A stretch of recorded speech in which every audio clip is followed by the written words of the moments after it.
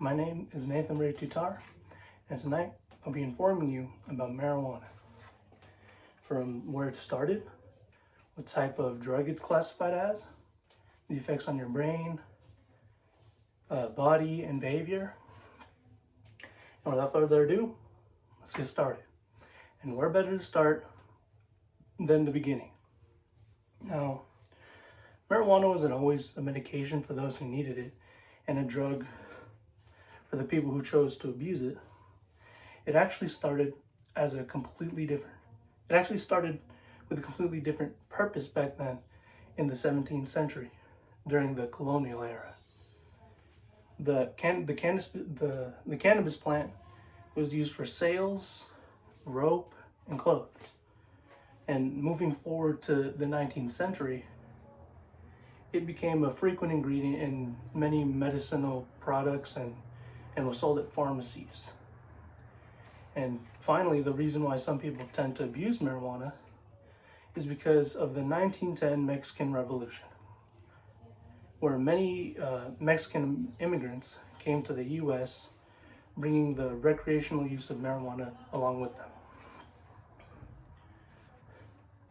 As for the classification of this drug, it's not as black and white as, let's say, heroin or cocaine, because with those two, you can obviously tell like one is an opioid and one is a stimulant.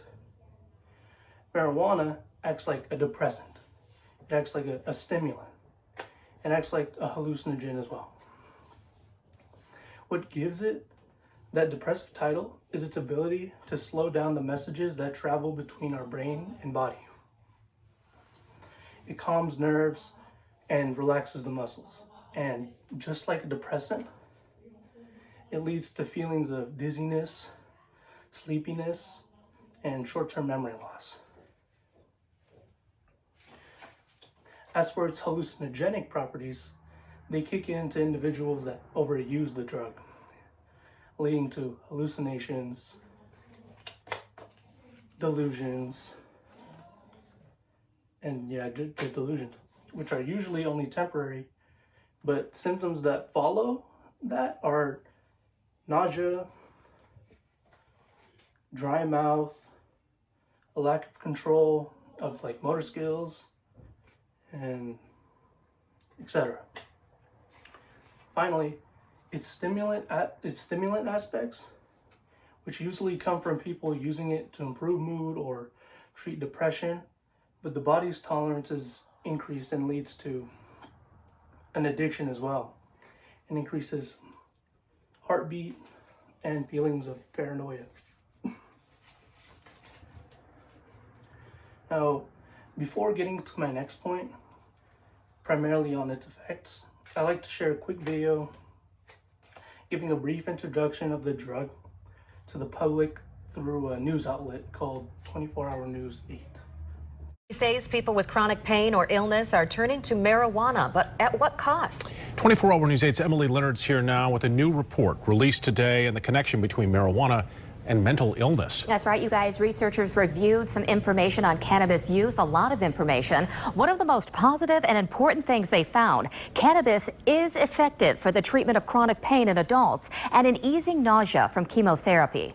Now, one of the most concerning finds was that marijuana was likely to increase the risk of developing schizophrenia, other psychosis, and social anxiety disorders. They say it also raises the risk of depression. It spells out very clearly that marijuana can be toxic and dangerous to children, and also it's dangerous to the developing adolescent brain. Well, this research led to nearly 100 conclusions. Of course, like a lot of studies, the experts called for more studies about marijuana. They called the current lack of scientific information a public health risk because patients, healthcare professionals, and policymakers needed more evidence to make sound decisions. All right, I hope you learned something from that video. Now, what marijuana does within our brains is this. The main psychoactive component of marijuana, tetrahydrocannabinol, or THC, links to cannabinoid receptors in our brain. The receptors have the role of inhibiting glutamate, a primary excitatory neurotransmitter in our brain.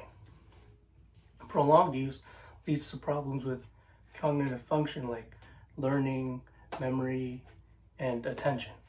All problems that can also become permanent. Now, according to the European Archives of Psychiatry and Clinical Neuroscience textbook, they asked the question, does regular cannabis use affect neuroanatomy? To keep it short, yes.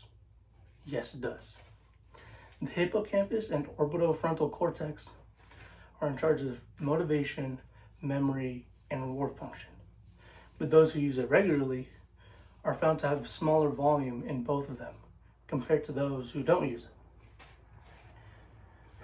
When it comes to the chronic users, however, there have been reports of them having a larger amygdala, nucleus accumbens, and cerebellum volumes. And as I said previously, conditions that follow from marijuana after problems are learning, memory, perceptual motor function, and processing speed. Moving on to the effects it has on the body, short-term effects include sedation, bloodshot eyes, increased heart rate, coughing from the lung irritation, increased appetite, and increased blood pressure.